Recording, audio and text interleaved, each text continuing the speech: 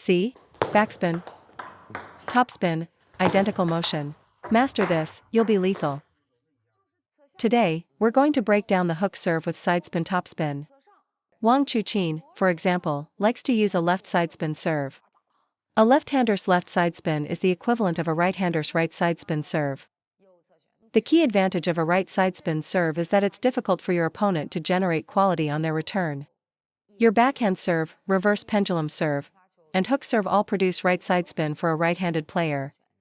Now, let's discuss which type of serve is suitable for different types of players.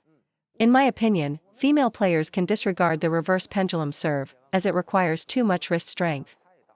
Players over 50 should also avoid focusing on the reverse pendulum. I've seen penhold players with incredibly effective backhand serves. The ball floats deceptively. A piece of advice for penholders: your potential to master the backhand serve is much higher than that of shakehand players.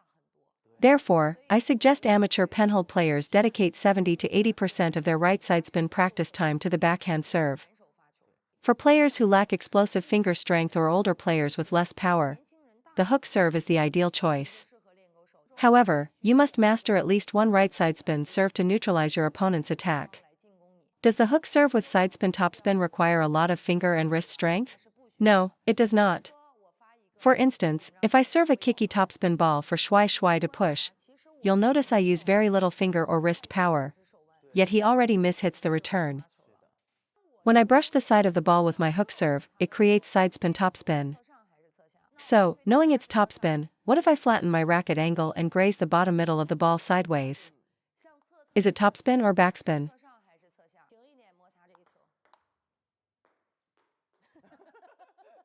Sorry, I put a bit too much on that one. Even with a flat racket angle, scooping it like this still produces topspin. Because it's a brushing motion. He genuinely thought it was backspin. In fact, any purely sideways brushing motion will generate topspin. It just won't kick up as much. What if I brush downwards, still using a grazing motion? What kind of spin does that produce, topspin or backspin? It's still topspin. Let's test this. I'm making no upward motion. In fact, I'll deliberately hold my racket high and flat to prove it. Still topspin.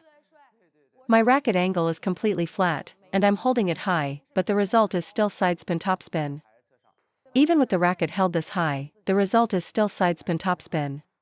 This is very deceptive. If I were receiving this serve for the first time, I would assume it's backspin. Here's how to understand it. If you brush the ball sideways with a flat racket and no downward motion, the spin won't be very heavy, correct? Anytime I brush the ball this way, is it topspin or backspin? Of course, it's topspin. Even brushing downwards produces topspin because the spin is generated by friction, not by chopping or cutting down on the ball. There's no downward chopping impact. A left side spin requires a cutting motion. But if you brush the ball, it rolls across the racket surface like this. So how could it possibly generate heavy backspin? The ball's trajectory on the racket is still sideways and upward. Even with this motion, it's sidespin-topspin. Watch in slow motion. The ball travels from the tip to the base of my racket like this. It's impossible for that to create backspin. Do you understand brushing? It's like trying to wipe a smudge off a surface. Now, do you understand cutting or chopping? Why does a downward chopping motion with the hook serve create so much spin? That's definitely backspin because you're using an instantaneous chopping force. It's clearly sidespin backspin. A quick, downward brushing motion results in sidespin topspin. Chopping it results in sidespin backspin. Brushing it results in sidespin topspin. The direction of force is identical. One method uses an instantaneous downward force on the bottom half of the ball to create heavy backspin. The other method involves contacting the ball at one point and brushing around it like this. So, with the same downward motion, chopping creates heavy backspin, while brushing creates sidespin topspin. If you can master this concept, you'll be lethal. It's not about acceleration versus constant speed, you're missing the point. A ball contacted with a sideways motion, even when moving downward, is topspin. Now, if I want to serve backspin, the motion has to be a chop like this. Chopping from point A to B is backspin. Brushing from point A to B is topspin. A cut is backspin. If you can't grasp this conceptually, you'll have to learn it through practice. It's hard to understand if you haven't done it. To serve sidespin-topspin, no matter how much you brush downwards, the ball will always have topspin. This is my secret weapon, and it's extremely deceptive. You can't read the spin from the motion alone. Even if I brush the ball from this point to that one, it's still sidespin-topspin. Why are some hook serves so hard to read? The server's arm moves down, you assume it's backspin, you push, and the ball pops up. We are decoding that exact principle. Sidespin-backspin involves chopping down on the bottom middle of the ball. It's still a sideways motion, but I'm cutting through a single point, not brushing around the ball's surface.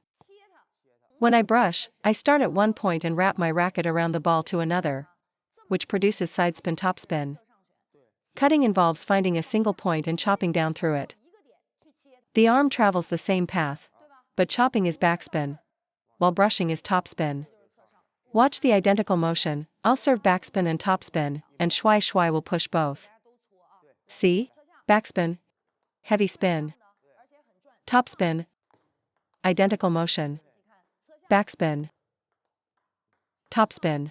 The execution is excellent. The only difference is whether I'm brushing around the ball or cutting through a single point. From contact to follow through, the motion and even the racket angle can be identical. Watch. With a completely vertical racket angle, this is backspin. With the same vertical angle, this is topspin. Once you master this principle, you can do it with a flat racket angle too, producing either heavy backspin or topspin. The motion is truly the same. Some of you might think the racket angle changes, but it can be identical. I can serve topspin with a flat angle and backspin with a vertical angle. For those just learning the hook serve, we teach the basics. Arm moves sideways, racket tip drops and moves up for sidespin-topspin.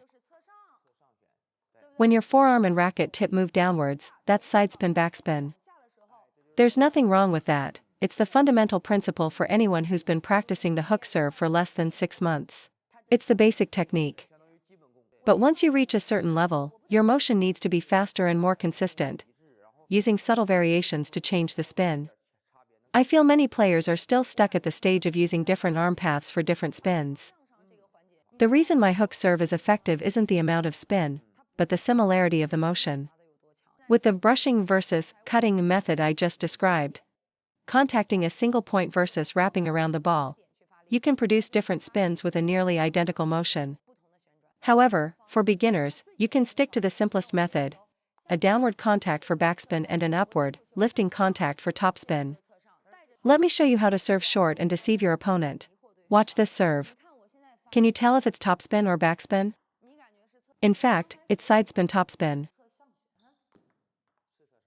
How do I serve that topspin? I use the method I just explained.